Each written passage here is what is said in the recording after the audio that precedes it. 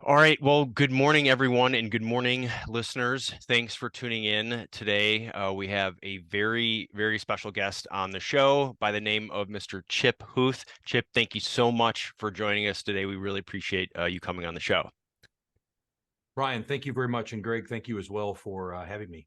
Yeah, so we've been excited to get you on because we've talked a little bit for those listeners who heard us talk about it before, a little bit about some of the stuff at folks at the Arbinger Institute. We went out to did some of their training with them in Salt Lake, and this whole outward mindset and how you guys approach stuff.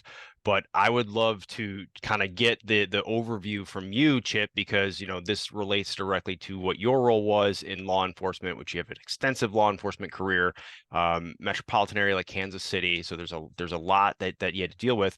And you guys kind of took this model that they have and really applied it in some unique ways. And I've even gotten stories from people that know you that said it was pretty impressive, completely outside of this, that we weren't even talking about something like this, and said, hey, what these guys were able to do is really cool. And then fundamentally aligned with how we see things. So for anyone listening, we talk about human behavior and how to articulate it. And one of the first parts of what you guys do with Arbinger and everything you're trying to do is literally called see people. So right away, there was some overlap in what we do. So I'd love to kind of hear from you to give our listeners a little bit of background about what that is. Yeah, you bet. So, as you mentioned, 30 years I spent in law enforcement, most of that time building and leading SWAT teams. I had the opportunity to serve in every leadership position in the SWAT team from, point man, the unit trainer, all the way to special operations division commander. Just a wonderful opportunity to work with some high quality folks doing a really special work. And, as you said, I stumbled across Arbinger's work, by happenstance. I was in an airport, Denver International Airport. We were grounded due to high winds, and I stumbled into a bookstore. I think it's called The Tattered Cover. I think it's still there, actually. And I saw this book, Leadership and Self-Deception. And, at the time, I was really struggling because I had taken over the busiest SWAT team in the nation, leading that, as a tactical leader. And I was really failing miserably in terms of connecting with my troops and helping to do the things I was sent there to do, which was improve the relationship with the community. Top of that, my teenage boys wouldn't speak to me, and I was going through my second divorce. So I saw this book, and I'm like, leadership and self-deception. Okay, well, I've always been a bit autodidactical. I grew up, around books as much as I could, and I recognized self-deception as a philosophical paradox. Didn't know that I really understood it that well, but I kind of knew generally that philosophers had struggled with this for, eons. And then I saw the term leadership, and I was like, how do you smash these two things together in a book title? And Mhm. finally, the book was thin, so I was sold. I did. Yeah, there you go. There were some pictures in there, maybe some graphs. that, Yeah. that would have made it better for if there were any pictures. But I did read it, but I totally misinterpreted it. I thought that this book told me what was wrong with all the people in my life that didn't see the world the way I did. There you go. Yeah. Exact, My kind of exact book. Yeah, right. The exact kind of opposite message that was probably intended. I went so far as to start prescribing it to people in my life that I found difficult. Like, disagree with That's me in a meeting, you get a book. So, Yeah. but eventually my good friend, my brother and future co-author at the time, Jack Colwell. I know you gentlemen are acquainted with Jack. Mhm. yes. Just a fine human being. He is. Uh, he is as advertised. He is a very genuine soul, and he was kind of like the chip whisperer. He could come to me, and when I was really resistant to everybody else, and he had a way of pitching things to me. And he invited me to a 2-day workshop. I understand you gentlemen attended kind Yep. of Yeah. a temporary version of that This workshop. sound this the way he's approaching you, it sounds like the way he approached us too. So Exactly. that's definitely Yeah, his MO. I like it because it works. yeah, It's very effective. sneak attack. Yeah. Yeah, very subtle.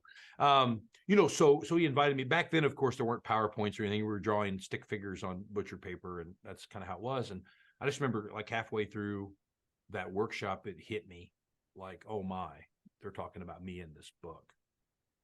Like, I like the one thing that hit me, and it still to this day just rattles my cage, is that you know I was married to two very different women. They were different in every possible respect, I was the common denominator in both those failed marriages. And, it just rocks me when I think back about it, that, I was so blind to that. That's, plays into the self-deception piece.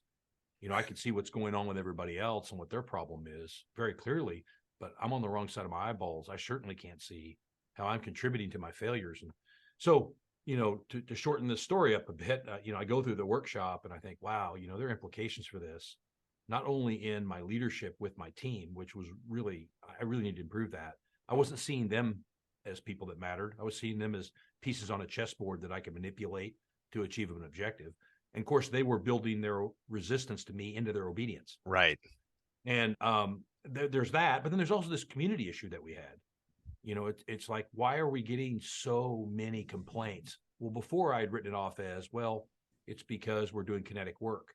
Right. We're knocking down doors, we're flashbanging, we're shooting people's pets occasionally, we're shooting people occasionally, and all of those things. In my mind, complaints follow that type of work like night follows day, and I just thought that's a consequence of doing that work. And I started thinking more deeply about it with Jack's help, and the other folks from Arbinger that kind of wrapped their arms around me metaphorically. And I just thought, well, wait a minute, maybe people aren't responding to what we're doing as much as they're responding to how they're feeling seen by us while we're doing it. And that turned out to be a very, very pivotal insight. Again, I don't take credit for it. That was illuminated for me. But once we started changing the way that we were with people, not what we did tactically, it drastically changed the results that we got in terms of community engagement. And ironically and unforeseen, the amount of drugs, illicit currency, and felony arrests that we got. So those things go up, complaints disappear, and you're like, how does this happen? It's the same people, same tactics, same equipment. All of the things we typically would change, we didn't change any of that. Now some things changed at the tactical level by virtue of this new way of seeing. But I tell you, it was really unexpected. And the last thing I'll say before I flip it back to you guys, who are really the experts in this domain, is that the type of curiosity that is occasioned by this first step of this iteration that we teach, see people, actually helped us improve our threat detection. The idea was, look, absolutely, I become curious. I'm not when I'm like self-absorbed. This is my experience. You guys correct me if I mess any of this up, but in my experience, when I'm self-absorbed, I tend to force my paradigms onto everyone, and I tend to make unhelpful assumptions.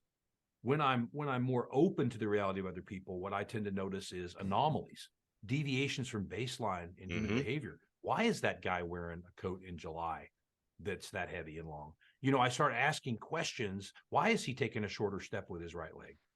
And I start seeing things. It's really like, I get excited about this, I apologize, but it's like a whole new world opens up.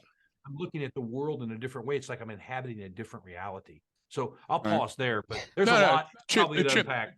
Chip, this is so refreshing because I had the occasion that nobody else that I know had, where the United States military came to me and said, hey, would you like to take part in this study, which turned into the study meeting a bunch of 3 and 4 stars and saying, hey, we want to change the way the DOD does it. And the Marine Corps saying, we'll be lead. We want to do this, and giving me all these incredible opportunities. And so every room that I went into, I was like, okay, how is it that all of these how is it that all of these subject matter expert things that we learned on the street didn't translate over to these units going into combat? What did they miss? How is the institutional memory didn't carry the best of series along? And so I would say something that we do on the streets in suburban Detroit, and they would go, well, that's brilliant. We can use that here. And I'm like, wait a minute, all good cops in every city everywhere are doing this. And they're like, no, because we would see evidence of that. And I'll focus on that in a second. But the idea is Jack Caldwell comes up to us and he starts talking about the outward mindset, because he read a bunch of our stuff and says, hey, you have training changes behavior, and we call it a change in mindset changes outcome. And I go, yeah, it's the same. It's principally the same. We're just well left to bang when we make most of those decisions. And he goes, can you give me an example? And you know how Jack is. So he's pulling the thread. Well, the same thing that the best of, and I'll credit Jim Mattis for being a General James Mattis is a very forward thinker, but he's not the only one. There was a whole bunch of people in that room, and they brought hundreds of people in to test out and say, what would you do? The first thing I said is, meaning I'm being tested just with all these other subject matter experts, is people are the same all over the world. And I go, well, that's not true at all. Well, yeah, it absolutely is true. As a matter of fact, the very nuanced changes in culture or something like language can be overcome immediately. I mean, on the plane, on the way in, you can fix those things. And then the other thing was look for the similarities in people, not the differences, because they're more like you than you think, and they want all the same things. And we're not talking about the trash that Maslow talks about. We're talking about real human engagement, humans talking to humans. That's the job. Yeah, okay, so you carry a gun. And so what happened is the military morphed to this mindset and said, wait a minute, there's a better way. We can engage. We don't have to boot doors, ram cars, blow people up. We can take a knee and talk to the same people. And you know what? In Iraq, those people were going, don't go down that street. There's a bomb. In Afghanistan, they were going, hey, be advised, in this next paddy dike you're going to go into, there's snipers everywhere. And it's like people were, how were you so effective? Well, when you slow down long enough to talk to somebody, you'd be amazed at how magical those moments can be. And I'll also credit Jack Caldwell for coming up and saying, these are not the drones you're looking for, and doing the mind meld on Brian and I, and when we were in Utah, and he introduced us to Chief Ken Wallenstein, another great forward speaker. And so, and we know Brian Willis, and we were just on the phone with Dr. Black. And John Black, what happens is you have this small group of innovative thinkers that understand how to reach 3,000 years back and reach upstream till tomorrow and get things done. And you're one of them. The problem is that they don't coalesce. They're not covalent bonds. They're not like when do you come together? So I hate trade shows. Brian and I have only been to one, and I see what it is, and it's not for me. I can tell you that. We try to put out stuff, but who reads a white paper anymore? Us. We read yours, you read ours, we read Brian's, right? So the idea is that you're bringing to bear all of the fantastic stuff that sets you apart from other law enforcement. And there's others like us out there, but I would say out of 15,000 agencies, it's not in every agency. And I would say out of the hundreds of thousands of coppers, it didn't transcend to all of them. So how do you stay motivated and focused, knowing that a lot of the stuff that you're putting down in print and saying on podcasts like this is getting passed over? How do you equate that? Well, it's not a very sexy answer. And it's a work in progress for me. I've gone through a journey over the years. My father was a clinical psychopath and a career criminal, and I inherited some of his psychology, and it's very hard for me to connect with people. Very hard for me to employ empathy, good empathy. Right. Distinct between that and empathy that's not so helpful. Yeah, predatory empathy, right? I get that. We've all had similar upbringings, right? Yeah. So I've been working for years to focus on loving people, and I know it sounds like, so soft, right? But this idea of employing compassion toward other people and trying to just, I heard love once defined by a speaker as the desire to see unnecessary suffering ameliorated. And I thought, if I see someone as a human being, suffering is the price they pay for existence. I mean, the world there's a lot of it and a little bit of us, and we're going to bump up against it. We're going to hurt. It's a matter of degree. But I don't want to see people suffer foolishly or needlessly. And so when I think about love that way, this is what I say to myself all the time. When you talk about the frustration sets in, I say, don't allow this person to deprive you of your opportunity to love them. They're going to test you. That's good. I mean, I've been on the other side of that. If you talk to my wife, I probably tested her yesterday. We're as you guys so eloquently have pointed out in the tactical domain. I mean, at a fundamental level of analysis, we are the same. Yeah. We really are. And I think what keeps me coming back is like every once in a while you meet people like, you gentlemen who get it. And then, I'll meet people from different fields that get it. And I'm thinking like, if all these different people with these different paradigms, perspectives, ideologies and ideas, disciplines, if we're converging on this concept it's, there's something really valuable there. And I wanted to say one thing. It was funny when you were talking about people over the world being the same. I like to watch people. I'll go to a movie theater and I'll get there early and I'll sit back and I'll just watch people. And what I'm looking for, and you guys will probably appreciate this, I'm looking for baseline behavior in a movie theater. Yep, Like, absolutely. what do people in that context do? They're checking their phone, they're looking at the menu, they're chit-chatting. And I'm saying, where do I see an anomaly? Like once in a while you see a cop in line will be looking behind him, yeah. turning Right. around, it's like, okay, so that Or might a be a criminal. cop. Yeah. Or a criminal. Exactly. Yeah.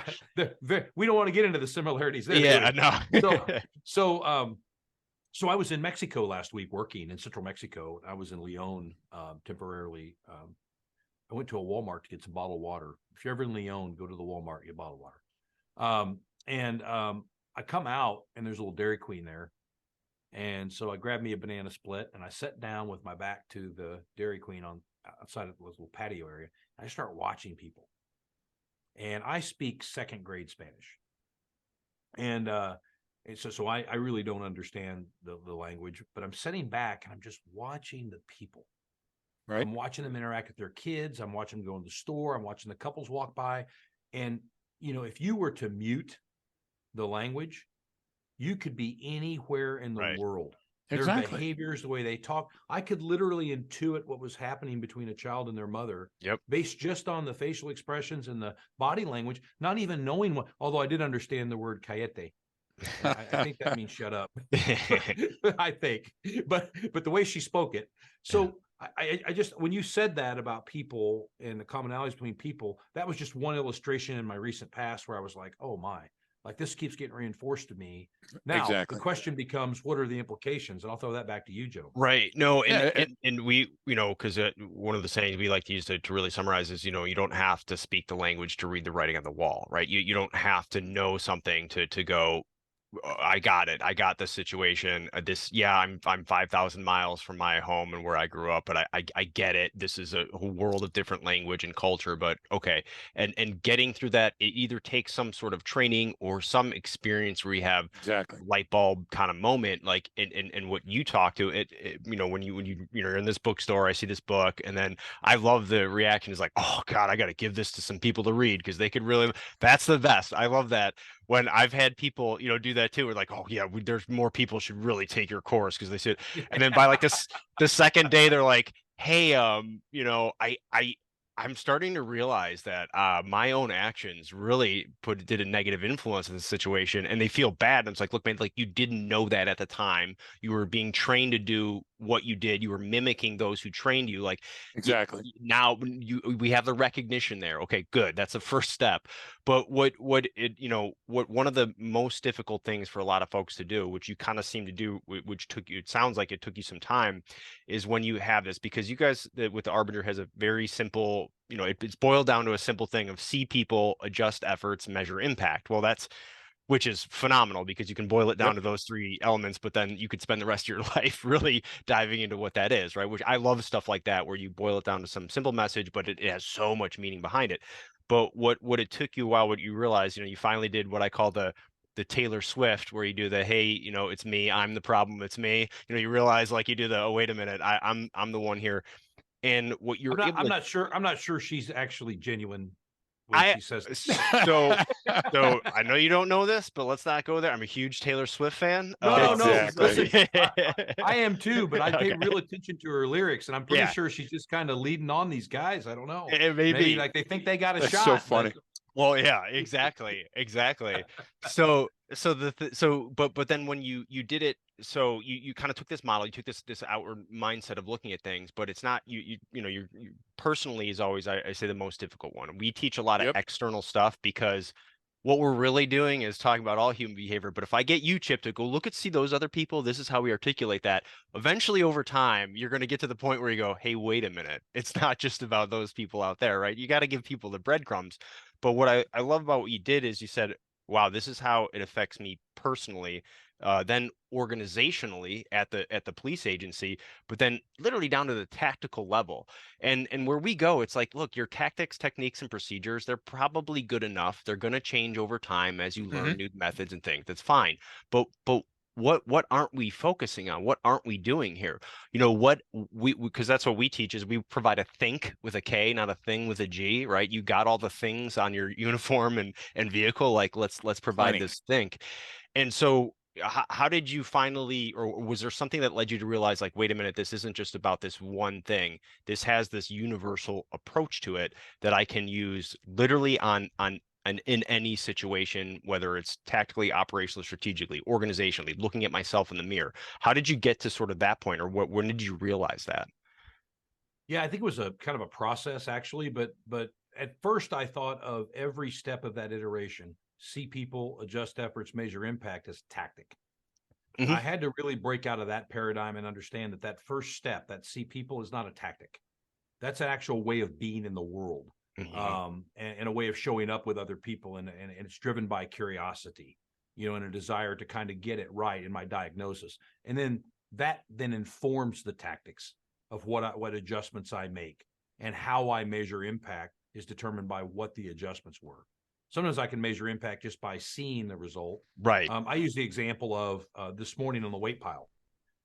So see people. Well, other people are going to come use this gym when I'm done. They're probably busy. They're trying to squeeze in a workout. They're wanting a sanitary place to work out. They're not wanting to get sick. They're, you know, what have you, right? Well, what would it be like to be those people and come in here and see that sweat on the bench I just left?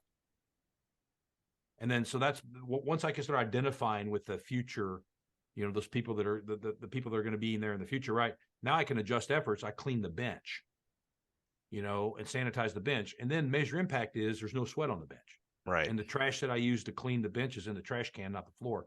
So, like you mentioned, this is an iteration that I run numerous times a day, Hmm. from eating out at restaurants to, observing people at movie theaters to working out. And so it just occurred to me, like I thought, if I'm forcing my biases, prejudices, and loyalties onto other people in all these high stress contexts, if I'm thinking, like, well, these are the type of people that are armed, then I'm totally excluding all the other potential people that are armed. And it hit me really hard. I was talking to a police officer, and he had responded to a traffic accident on Ward Parkway here in Kansas City. So Ward Parkway, if you haven't been here, is kind of a very rich area. A lot of mansions up and down Ward Parkway. When presidential candidates come to town, they'll hold fundraisers there. It's kind of like a Central Park west of Kansas City, right? And so he said, I responded to an accident on Ward Parkway. You get a lot of these because of the way the parkway flows. And he's, he admitted he's a bit complacent about it. And he said, I got more complacent when I pulled up, and one of the guys that was in a wreck was in a BMW. He's wearing a suit. And I have a certain bias for people in BMWs wearing suits. And I admit, in retrospect, I kind of lowered my caution flag, and I come up, and we're kind of getting some stuff together. My partner and I are talking to the guy. I go back to the car to get some cones. I hear gunshots. And he said, at first, there was this disconnect where I'm Hmm. just standing still thinking, like, why would there be gunshots on Ward Parkway in the middle of the day? We're at a traffic accident. He says, and then when I looked around, this guy was shooting at my partner. And he said, it took me it felt like forever, Hmm. probably seconds, to engage. He goes, and what I kept thinking was, this is not the kind of guy that shoots at the police. Yep. And he goes, and I just couldn't break out of that. It was, it felt like I was like walking in muck.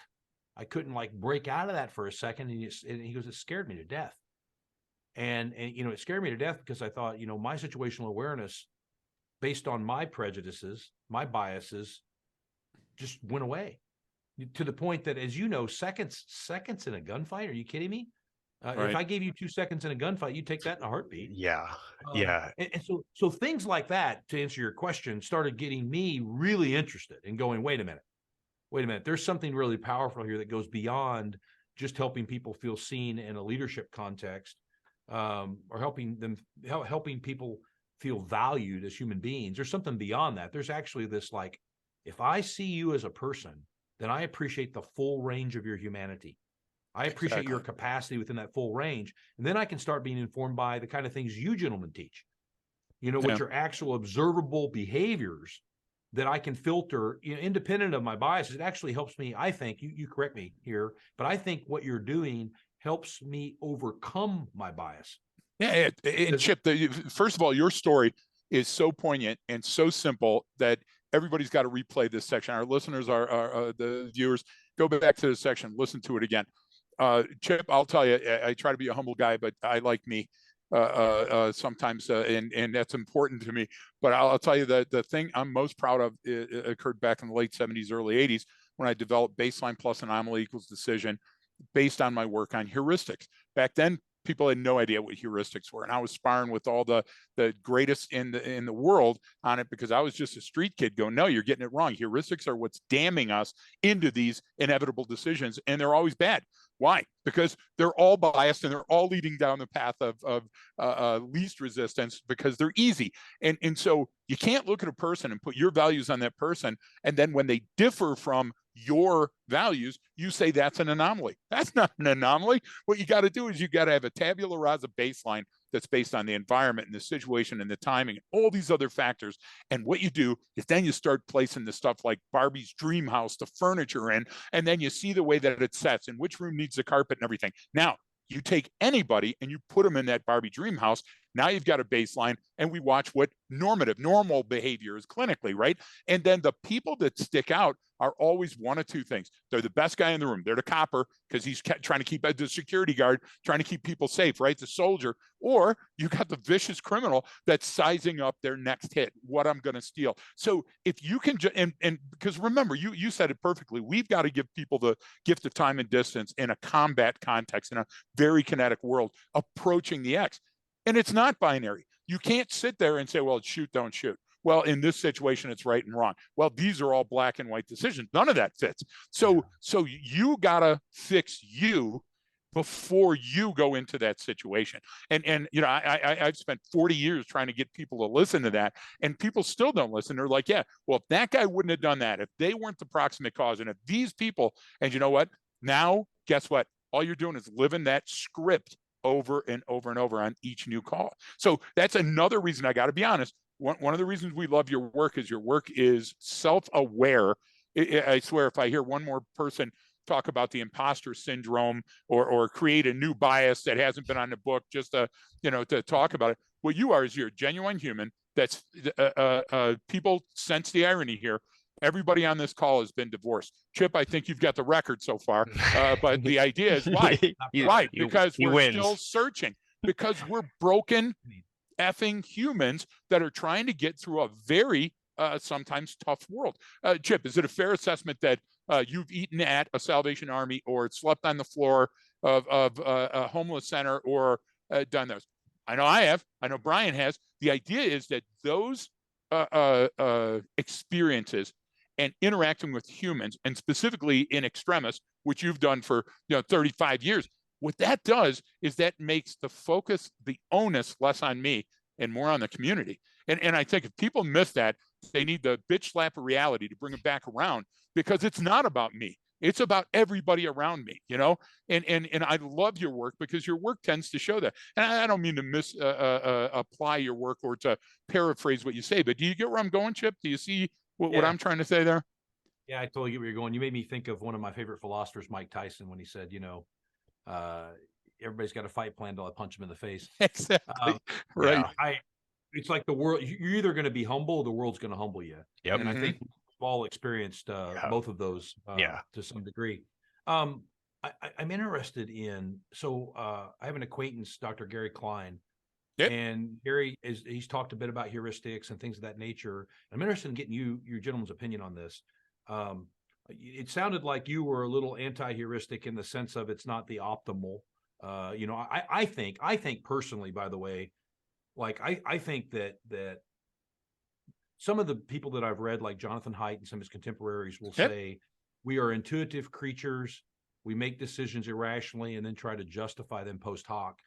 I see what he means there, and I understand it, but I think we give rationality short shrift. I feel like we developed this capacity to be rational and to think tactically for a reason, and I think we can train ourselves to be more reasoned and not rely totally on these heuristics and intuition.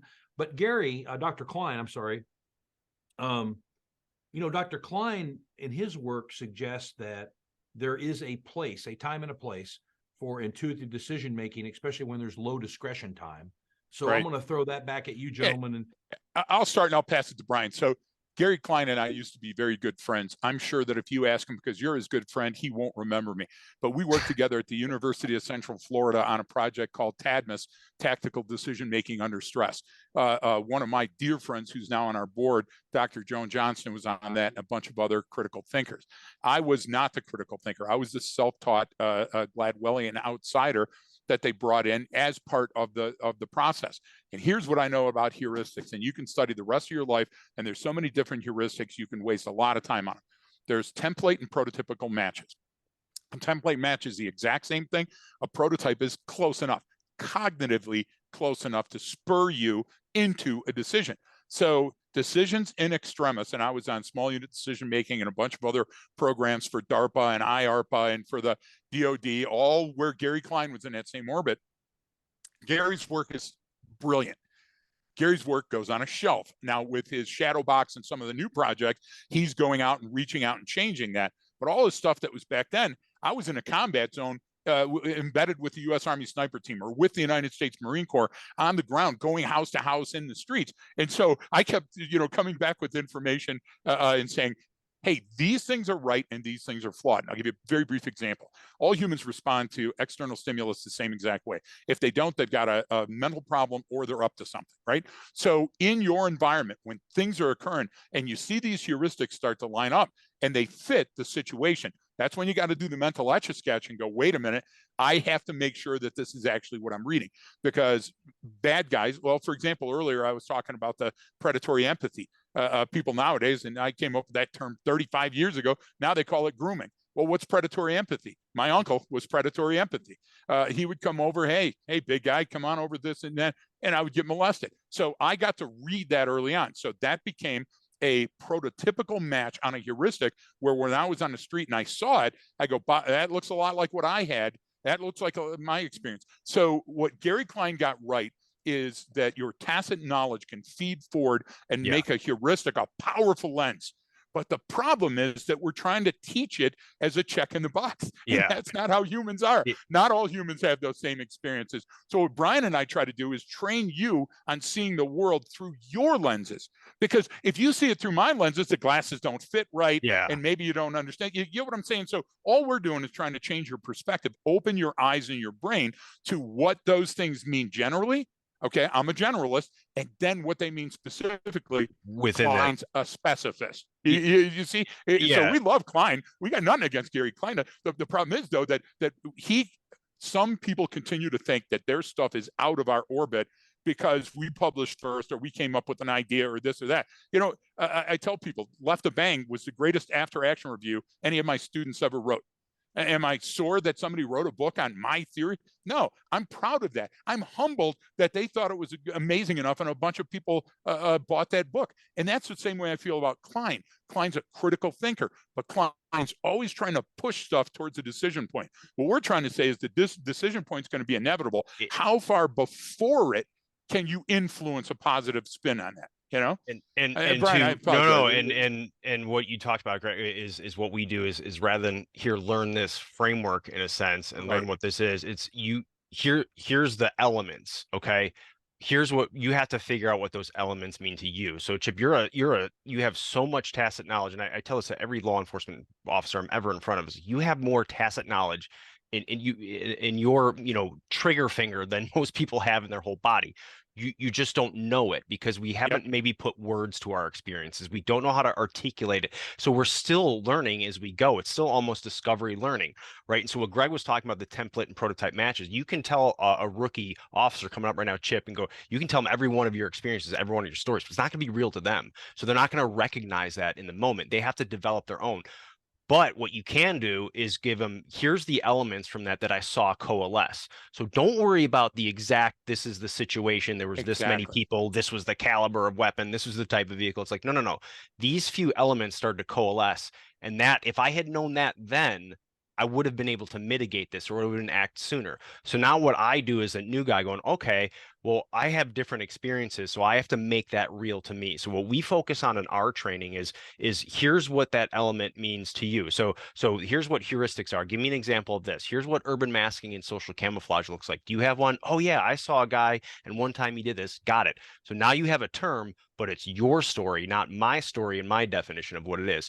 And that builds on that tacit knowledge and that subject matter expertise, because those heuristics that people develop, especially in law enforcement, they are essential, and they will, if Yes, you don't develop them, you could die. I mean, really, you have to develop certain ones, and you just have to understand that there are certain cognition biases that are going to affect our decision making and our judgment. So I have to balance it. I can't do anything about it in the sense that, like, there's no thing that you're going to get rid of that bias. That's not possible, but you can balance it with an understanding, a mindset like this. That's the whole outward mindset. Well, all exactly. right, let me see this person. Let me take a step back. So the perfect story you gave earlier, right? You're in the rich neighborhood. Guy fits the baseline for what you should expect to see. Got the Beamer, got the suit. It never got to that issue of, man, this might be something. There might be something else going on here. Now, change the neighborhood, change the car, change the behavior slightly on that individual. Would those officers then gone like, hey man, I wonder if this guy's got a gun in the car. I wonder if he's got this, right? We should check that, even though it's a traffic accident. But so I have to be able to balance that and go, these are possible anywhere. It's why anyone is surprised at these situations. Everyone sees on the news constantly gas stations getting robbed. And then when they go to a gas station, they're shocked that they got robbed. I mean, it's like the number one place where these things happen. And you Right. always go there because why? Because you've been filling up your gas tank your whole entire life and you never took a second to take a look around, and they came right up to you. So it's like, And even though Chip, we that's see it, exactly. it's still not real to us until it So actually it's so happens. funny. It's so funny. They're building 2 new gas stations right down from my house. My wife and I never complain of having to drive to get gas because Yeah. gas stations tend to attract trouble. They're building 2 right across the street from each other, just a block from me. But it's so, that is so interesting. And I'm sorry, I didn't mean to actually No, cut you go, off. no, Greg, you no, were no. going I to was say, not No, going. no, Go no. ahead. Go ahead. Yeah. Just before you start that, Chip, Yeah. what I'm trying to say is this is what Brian and I felt when we went to Arbinger. First of all, we're different than every client that went to Arbinger. No, we weren't. We came in, thinking there was a preconceived set. No, we didn't. We came in to observe, and Jack was great about it. He left us alone, didn't play with us, didn't interview us in between everything. And we sat there and we said, well, this is our program just from a different perspective, right? None of the stuff in Arbinger is a jack in the box where all of a sudden there's the epiphany moment on the X. You can't do that. Life is not like that. You're Yeah. so far behind, and a nanosecond in this type of environment matters. So I want to give a shout out briefly and then turn it back over to you, Chip, because Arbinger changed our outlook on some training, because some training that we've attended blows, and it was horrible. It blows like the trumpeter in the Army band. And I take nothing away from it. And Yeah. Brian Willis always says, well, there's always something you can take away from training. Yeah, that it's bad sometimes, right? But Yeah. Chip, Brian and I held Arbinger in such high esteem Yeah. because we could see the epiphany moment in the crowd. And we had all different experiences in that crowd. And everyone, the light bulb came on at a different thing. And we heard the little pop, pop, pop, pop, pop. And it was fun. So I'm saying that transformative heuristics, seeing the gas station, can blind us that there's danger. I'm saying that seeing the suit can be a prototypical match that blinds you that this guy might have a gun. And your work, you approach it the same way. It's just you don't sit there and pick out those different points. One of your stories, and Chip, if you don't mind, I think it's your story about the guy with the damage to his leg when you guys were in the house, and it was like, sit down right away. To me, I was in the class. That was my epiphany moment. I go, oh my God, I've been there. Now, nobody but Brian and I know that. Is that okay to share? yeah, it's perfectly okay to share. I'm going to come back around because I got a question for you. Yeah. You pulling this string. Matter of fact, can we put a pin in that? Let me ask this question. I don't know where this is going to go. Yeah. I just really want your opinions on this. I'm so sorry. So we talked about this idea of the Ward Parkway incident, that traffic crash where the officer's bias was people in suits don't shoot at the police. People in suits with Well, it was the environment, it was the type of vehicle, it was the location, and the street, all of and it, the time of day. Time of day, Yep. yeah. So here's my question. I want to see what you think of this. I've been thinking about this myself. If we flip that, can that contribute to overreaction on the part of the officer? If I'm in a neighborhood where I'm like, The neighborhood's classically dangerous. This gentleman fits the profile of who I think a criminal. He's driving the type of car I think criminals drive. He's, carrying himself or dressed the way I think criminals dress. And then if that's my heuristic, if I can use that word, right? Yeah, absolutely. If that's what that is, can that lead to overreaction? That's the question I wanted to ask. That's why cops are shooting people when they don't need to be shooting people. Listen, if you talk a cell phone into a cop's or into a suspect's hand, it's a cell phone. There's a shooting this morning, yesterday, subject named Cole that was killed a little while ago, but it's coming up for review now. And the young man, Cole, was having a problem, and the officers came on the scene, and Cole had a black magic marker in his hand, but he was going, this is on, it's on, let's go, and was coming up on the coppers, and the coppers felt that they were threatened. Okay, if we took that situation and we slow time down, and now we're behind cover and we understand the totality of the circumstance, those are great, but we're not going to be able to ends justify or go back in time. So what we have to do is we have to change training. This is where we're talking about training in our realm all the time on our podcast, is because what it is in training is we have a dilemma and we solve it at the end of a gun. So are you surprised that all my thoughts when I roll up on an unknown trouble are about a gun? So the idea is what we have to do is understand that every situation is different, and it feeds us little bits of information along the way. But we're in such a hurry to get there as coppers. Well, hey, dispatch, we're on the scene, let's handle this, that we shorten the time distance gas, space time, literally space time. And what happens now is we go with a poor decision and we stick with it. And that's the difference. There's more of Klein's decision-making work right there.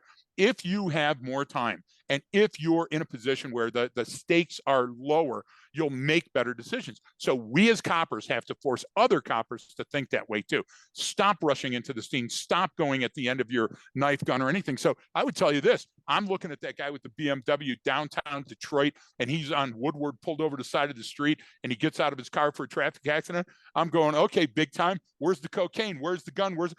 That's not a fair assessment. So I've come to that, and every word out of my mouth and my stance and my way of handling that call is now going to be different. But if you approach with tabula rasa and you say this incident, it's all new, it's all fresh, and things start adding up to it, if you start with a baseline, you can never be wrong.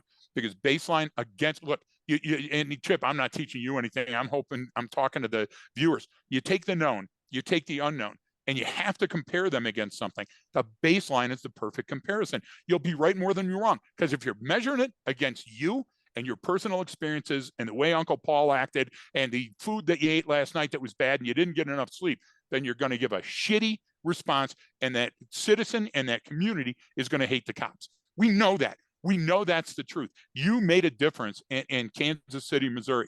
You made a difference, a palpable difference. People still talking about. Brian and I had a guy in class last week that couldn't stop talking about you.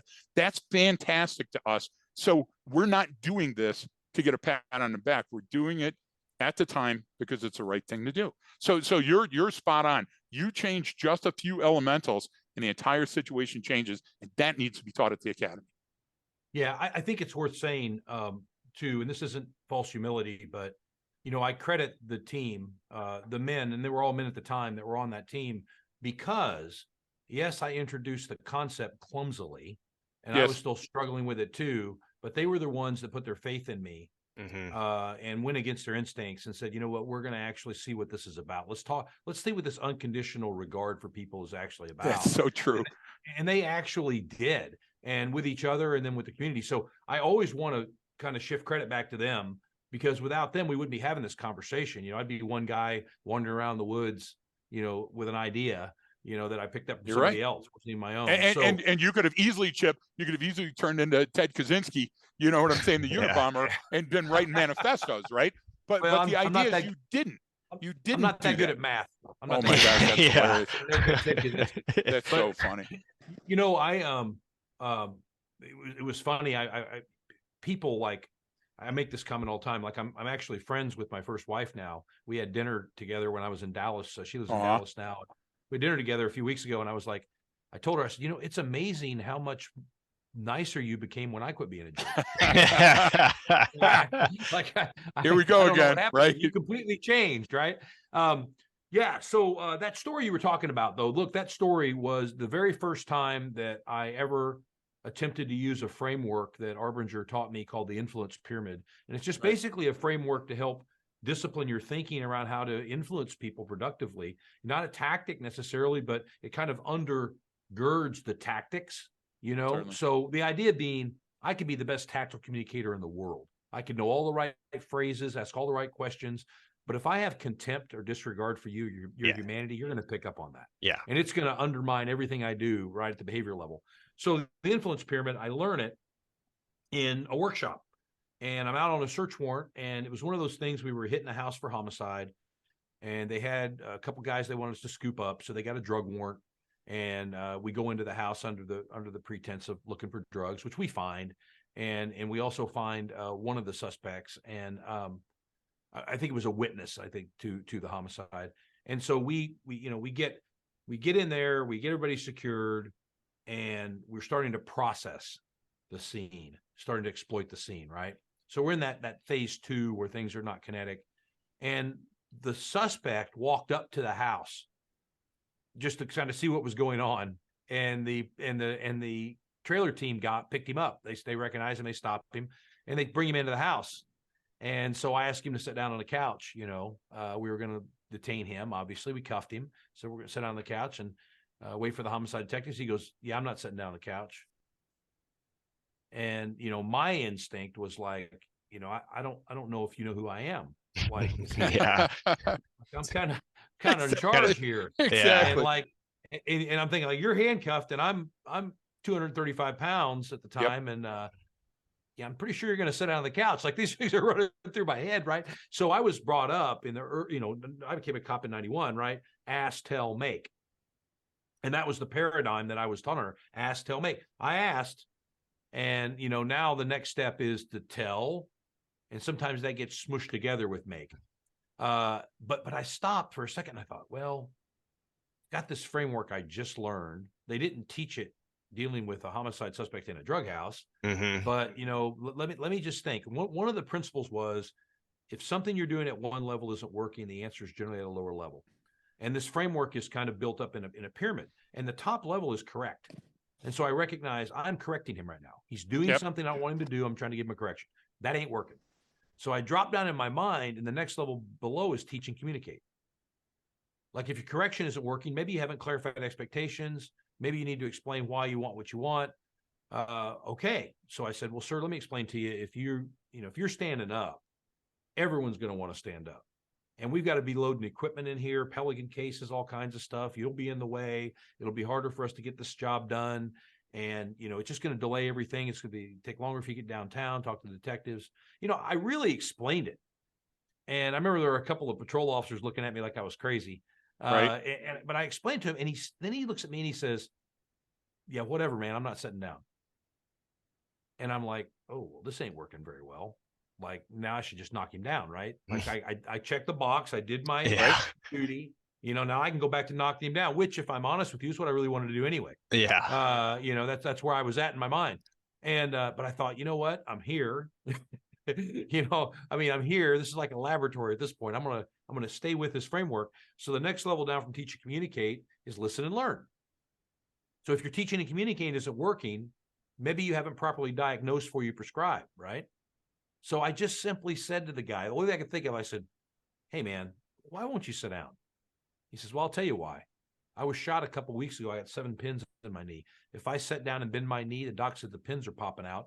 I'm going to have 3 more surgeries. I'm not doing that for anybody." That's and he brilliant. peppered in a couple. Yeah. Yeah. I didn't care. I'll clean that up. But like, when he said that, like, I can't explain the feeling that washed over me. Like, some people might call it empathy. Right. But I was kind of like, what would it be like? Yeah. Here comes the curiosity part, right? Yep. To be shot up and not want to sit down and be in that kind of pain. And so I just simply was like, all of a sudden, new alternatives came to my mind at that adjust efforts level of that framework, right? Of the SAM framework. They just those 2 frameworks kind of came together. And I was like, well, if we pull this like chair over here and put it next to the couch, we can put your leg up on it, where you sit down. And he goes, "Well, yeah, I'll do that." And so we pull the chair over, he sits down, has his legs straight, and no problems. Yeah. And the coolest part about that story that you guys may not know is he goes down to talk to the detectives. First, he didn't go to the hospital, and we weren't accused of abusing him, and he didn't tell the neighbors 100 different versions of, how the cops beat him up and tore his knee up, and we didn't have to set him at the hospital or Exactly. face a lawsuit and all the things that could have happened if I would have just shoved him down. And I point out, I would have been within my right to do that, right? Legally, right? Yeah. Lawful, but awful. And so, so that doesn't happen. But then the detectives call me up. I won't say his last name, but Eric. And Eric calls me up and he says, "Hey, Chip," he goes, "that guy that we pulled down here, he flipped, he confessed, and he actually implicated somebody else. And I just wanted to tell you, normally when you guys bring people down for us, when you take them down, all they want to talk about is how bad you guys treated them. Like, we can't get past the fact that they were handcuffed to a radiator, or they peed their pants, or whatever it was, right?" He goes, "So whatever you guys are doing, it's working, because this guy, like, he didn't have anything bad to say about you guys." And I thought, man, this is a pretty cool outcome. That story has been pivotal to me and Yeah. informing me of, like, again, this wasn't like we bust in the door and people are reaching for guns. There was plenty of time here to have a conversation with this gentleman. And, just using that time, I think that story is instructive for a lot No, of reasons. and you brought up something that kind Exactly. of, and you brought it up a couple times throughout, is something, I'd love to kind of highlight is, we're not just talking about this as, lovey-dovey, let's all be kind to each other, and and that's important, and to have empathy. But when you're a lot of type A type personalities, men and women who are military, law enforcement, whatever, that can be kind of hard for them. But if you look at it, this is something that benefits you operationally as well. I mean, not just in the sense that, yes, you're doing good for others and that's building good relationships, and over time that's going to help. But I mean, literally that helps with the case. That helps see people in the situation where it's not just something that's catastrophic, but there's an opportunity, because we always put it in the ways, like literally our course will call it navigating high risk, human encounters, identifying prevent indications of danger or opportunity, because it's the same thing. It doesn't, And you I don't created care. both, And you gave so many Exactly. examples of that, of what we call, Exactly. both sides of the coin. Hey, here's what I'm doing, but here's what also I'm doing. It's helped me accomplish my job better, and it's long-term making goals. So it's that when you look at it from the same concept, it's not just, oh, I got to take back and I got to work on me. It's like, yeah, you do. That's good. We can all work on ourselves, in different ways, and identify what our weaknesses are. But for the most part, most people are doing the job that they're, how they were trained to do it, and are doing just fine at it. So it's not even that. It's just look at it as beneficial. Almost be selfish about it. It's like, well, you're going to gain a Well, lot out of this I personally. agree. Well, but because of this is what I believe, because of the ways we are interconnected fundamentally. Yeah. I can't help you without helping me, Hmm. and I really can't hurt you without hurting me. It's a matter of degree and extent. And Yeah. if the need is huge enough, I'll hurt you.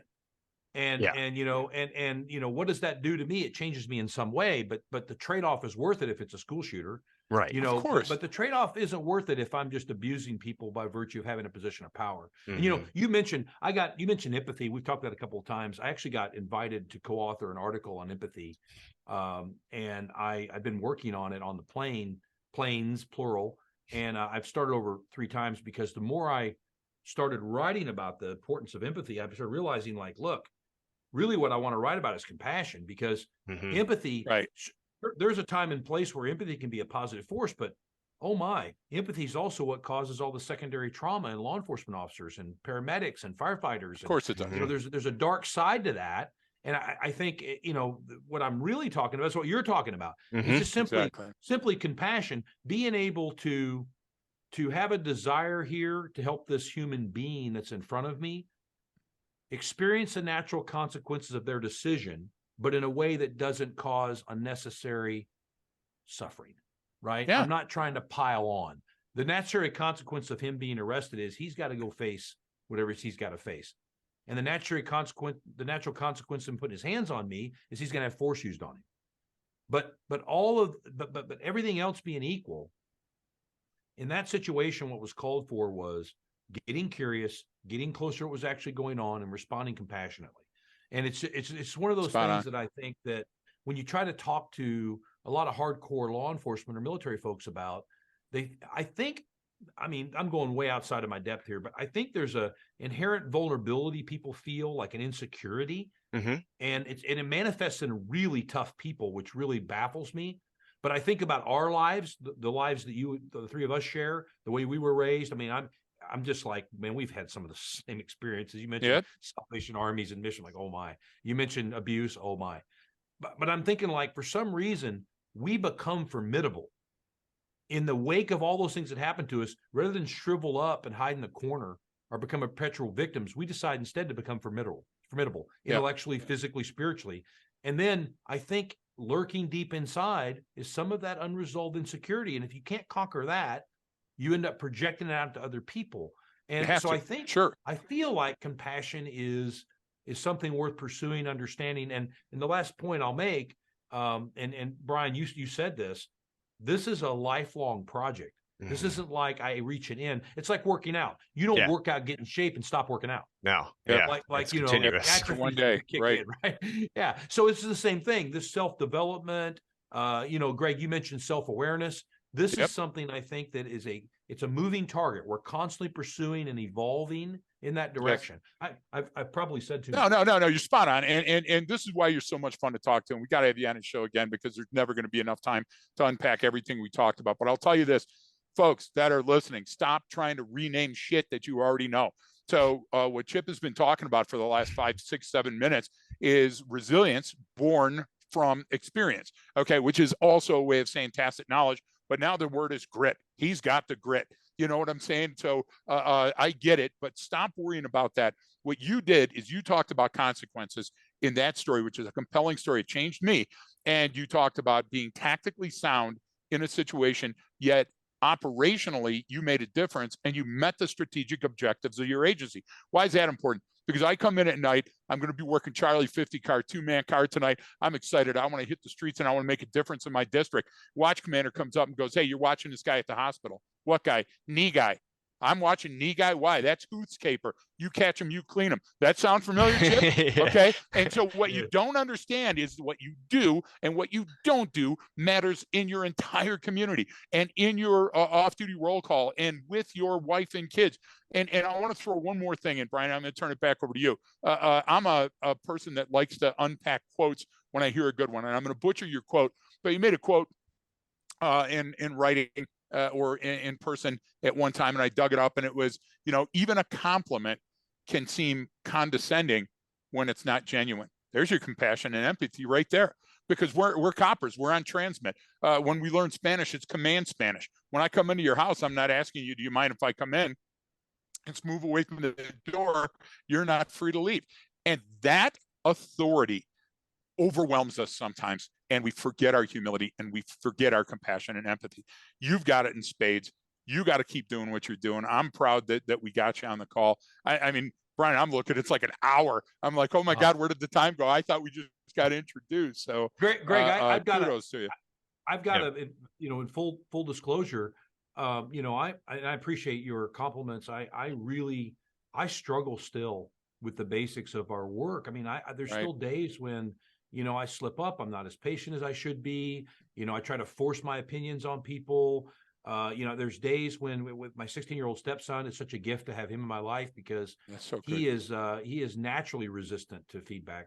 And, it's just an opportunity to constantly work, and I mean, he's taught me things when I've shut up and listened. Yeah. And, it's like I'm riding in the car with this kid and I'm like, the old me says, what's a 16-year-old got to tell me? I mean, I was in the Army at 17. Like what's this kid know? He plays video games and baseball. But when I shut up and I'm just like, listen to this kid, I mean, he's actually taught me things, true. but I want to be honest with your listeners and with you too. Some days I wake up in the box. Some days I wake up just totally self-absorbed in my own stuff. And I do the most inconsiderate things. And I think that what Arbinger's gifted me is the ability to recognize it more quickly and recover. Yeah. To be able to say, that's okay, great. that's pretty inward. Who do I need to apologize to? What do I need to do differently? I can start asking some of those questions, but I don't want to give you the impression, not that you would ever be fooled into thinking this, that I've arrived anywhere, because I'm on No, this no, but journey. look, you know that mankind chart where they show like the fish, then the monkey, then the bird, then the T-Rex, then the caveman. I didn't go to school very I very don't think you long, did that in but the right order, but but whatever. then the Homer Simpson. The Yeah, idea is that we're all on that path, and I'm just saying somewhere. that you're Yeah. further along than a lot of the people I have to deal with every day, and I like Gracias, that. my friend. No, no, Gracias. and you brought up a really good point there too that I always try to use examples too, because we, especially if we're training like military or law enforcement, whatever, like I'm like, all right, well, not going to use examples from that. I can tell you all kinds of Marine sniper stories and that may be relevant, but like, what am I really trying to do? So I call her the insurgent. I got an 11-year-old here at home, 11 going on like 15. And so I'll use those stories because it's the same thing. You're just like, Same. it's the most challenging because it's no different than dealing with someone through a different language. Like I've used those experiences from trying to, get through the little Gulf Arabic that I know in a hostile environment, talk to someone. And it's the same thing talking to 11-year-old. I'm like, what is she really trying to say to me? Like, Right. of course, this is the worst thing, but I have to figure out, is this the worst thing that's happened to her, or is this just in the moment right now? And I have to determine that because I had to learn that because some things my wife had to be like, hey, she's like, especially when she's younger, like, hey, she's 5. Yeah. Maybe we bring down Yeah. that conversation a little bit. I was like, oh, I see what you're saying. She had no clue. And I was like, no, why don't we bring down a 5-year-old? And it's so funny. So I literally have to like get down on my knees and be like, all right, now I see the world. Okay, here's where we're at here. And it's so funny because I tell people just using, if you have children, that's the best way. Yep. We, even when we get into talking about body language and different stuff that everyone loves talking about, which we do a little bit of just the stuff that you can tell, but like, it's great with kids or like deception indicators, like they're not good at lying yet.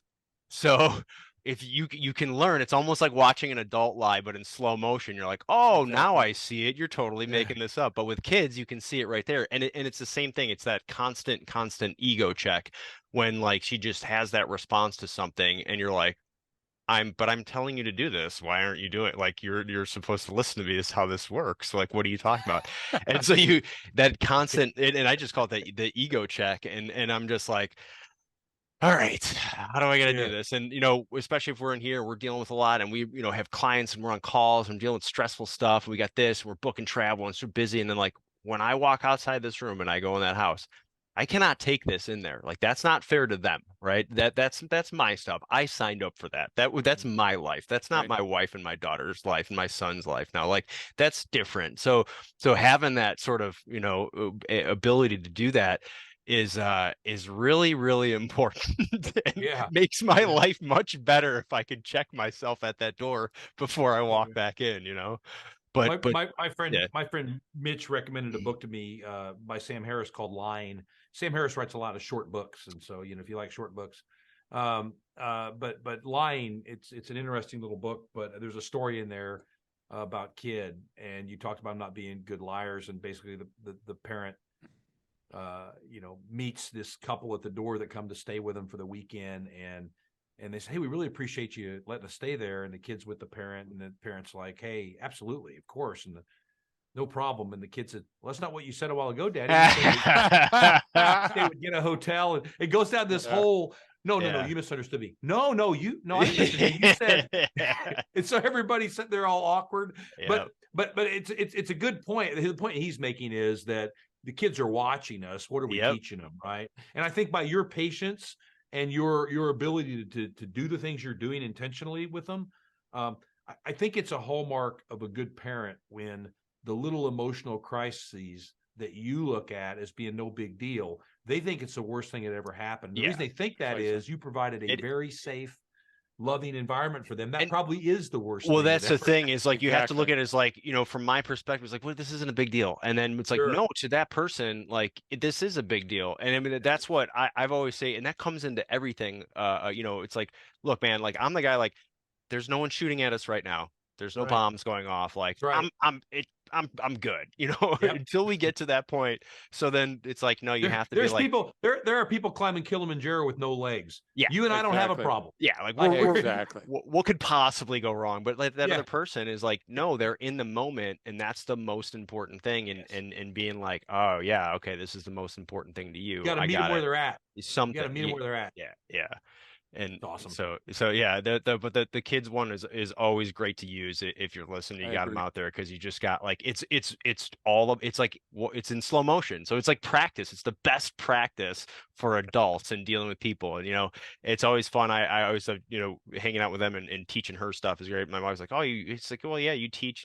That's. I was like, oh, kids. I'd rather teach kids all day. I got to teach adults, and they think they know everything, and they They don't. do. At least Oh my kids know God. like that there's a experience level difference, that's assumed. Like with adults it's like, oh no, adults think they know everything. I'd rather teach kids all day long. but but yeah, so I really appreciate you coming on, Chip, and Yes. sharing the experiences, and talk about how it affects you personally, organizationally, tactically. Like that's the whole thing. Is I love anything where you can apply to the most amount of situations or all situations, because it's the most utile thing to use, and that's the whole point. And and when it comes to even training, and you know how that is too, I don't care with what you're training or learning. What do we typically do? All right, we put the training hat on. Now we're training, and it's like, I get that for certain skills that you have to learn, but with this isn't about putting the hat on. This is always on. This is something that This is you're taking the always going coat to off. wear. Yeah. Yeah. Yeah. Yeah, Exactly. and this is something that you're always carrying around with you. This isn't, Right. now we do this, now we use it in this situation. It's, how do I use this effectively all the time? And then you start building, those heuristics, start building those cognition biases to now you default to this positive way of looking at the situation, versus defaulting to, oh, you're not going to do what I say? Okay. What I mean? Which is what we all want to do in those situations. Like, I'm going to take you to the ground right now. It's like, oh, maybe I can wait a minute here and try Right. a few other options. And that's it's so I just appreciate you sharing that from those multiple Exactly. perspectives, because it's really, really powerful. And Greg, I'll let you kind of get some of I, the I, last I'd words like to before you say pass one it. thing, and Yeah. Brian, if it's okay, we'll give Chip the last Yeah. word before Yeah. you close out. Brian brought up something great that Chip has been alluding to during the entire episode. Look, folks, if you're listening and watching and you're still with us at this time, I carried 3 sets of cuffs on my gun belt all the time, 2 sets of Hyatt hinged and a Smith & Wesson chain. And every day before I went home, every day of my career, I went by the hospital and I put them in an autoclave to make sure that they were clean for the next time that I had to go out on the road. But every day I came home, I still wore my Danner Go Devil boots into the house. That's how stupid I was, because I didn't understand that I was still poisoning that environment. It took me over 30 years to look back on that and go, oh my gosh, I was saying, but I wasn't doing. So what we're talking about is aligning your thoughts and aligning your self-awareness and making it fit this environment through the baseline by looking up and out, and every once in a while down and in. But great stuff. I hope that made sense to some of the coppers in the crowd, and they learn it, and it doesn't take them 30 years. Yeah. Yeah. Chip, I'll give you kind of the last words here before we wrap. Yeah, when there's so many things that you could say to wrap something up, but I guess if just talking to the audience, I would suggest that a lot of the people that I've worked with over the years that were resistant to the idea of being compassionate or seeing others as people or being curious, they were, on the exterior, they appear to be very tough people, really rough. They got the tats, Mm-hmm. they got the gym muscles. They've done all that, they've been downrange a few times. And, you know, I understand that. I understand that defensiveness. I understand that insecurity that sometimes causes us to project our attitudes, our domination out onto the world, right? But the thing that I would leave the listeners with is, looking tough is a 10-minute class. Mm-hmm. Being tough is a lifelong Yep. pursuit. And the way we are tough, that takes a lot of work, a lot of hours of training, a lot of skill building. It's not talking down to people. It's not demeaning them. It's not, running people over like a bulldozer. The toughest people I know are the most compassionate Yep. people. They lead with the heart, and if things go down, they are ready to Yep. roll. they're perfectly equipped to do whatever they need to do. But my closing thought would just be, what I wish for everyone is that we get in touch with ourselves and recognize our limitations as humans, and that way we'll be able to more closely relate to the other people around us in helpful ways. And I appreciate you gentlemen and the work you're doing, and you certainly won Jack over, and Thanks.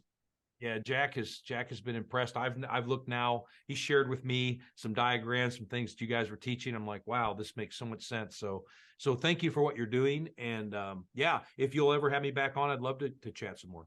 Yeah, we definitely love to. Oh I yeah. think we could probably deep dive something in the future, and I guess we should give Jack the shout out for the link up Jack and for Caldwell. linking up with Good us. guy. And he's very effective. He's a deep thinker, and we appreciate him so much because it's the same thing about him that you can tell, like, man, this guy's a really deep thinker.